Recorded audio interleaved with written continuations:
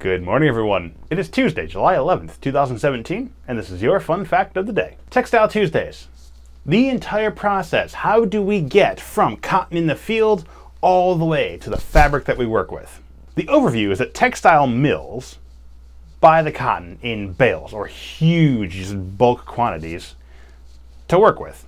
They buy it from gin yards or cotton warehouses, and then they make the fabric, or the threads, and then the fabric out of the cotton. Well, let's break that down bit by bit. At the textile mill, the first stage is called the opening room. Here, the bales of cotton are opened and laid out on the floor, side by side, near a cotton opening machine.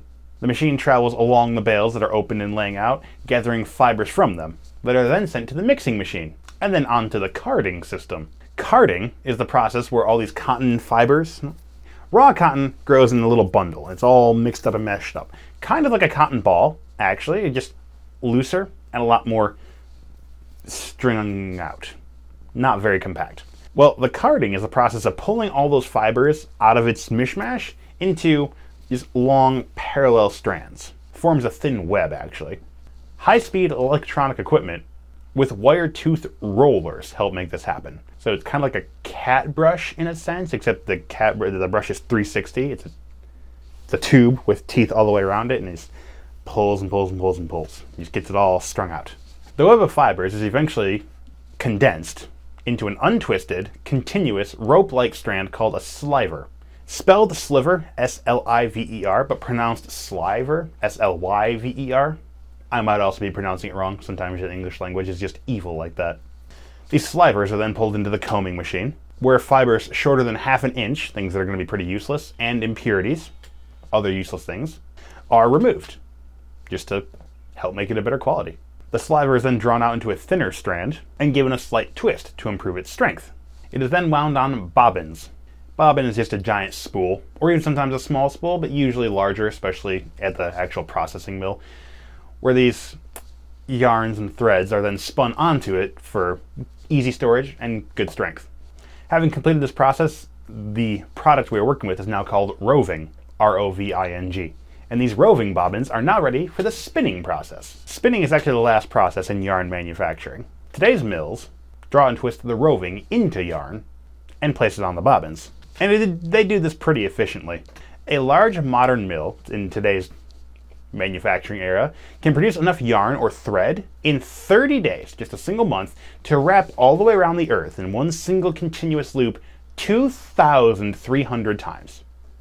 Approximately. Bear in mind the Earth has a radius of approximately 4,000 miles, so a circumference of that is going to be approximately 24-ish thousand miles, and it can go around that 2,300 times. Millions of miles of yarn or thread every month.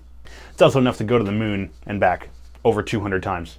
With the use of automatic winding, these yarn bobbins are then transferred onto larger bobbins called cheese cones. We don't know why they're called cheese cones. An early processing term from when this whole system was getting developed, it's just stuck around. I don't know why cheese was ever brought into it. Don't ask me.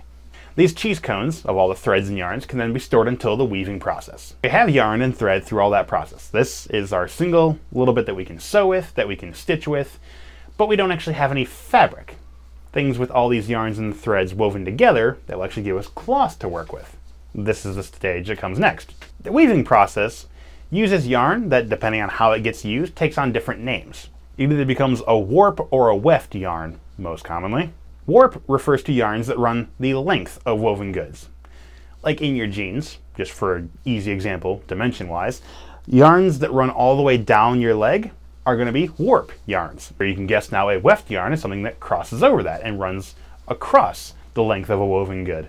So warp and weft is the names of the threads that go down, up and down on the length of something, and across the length of something.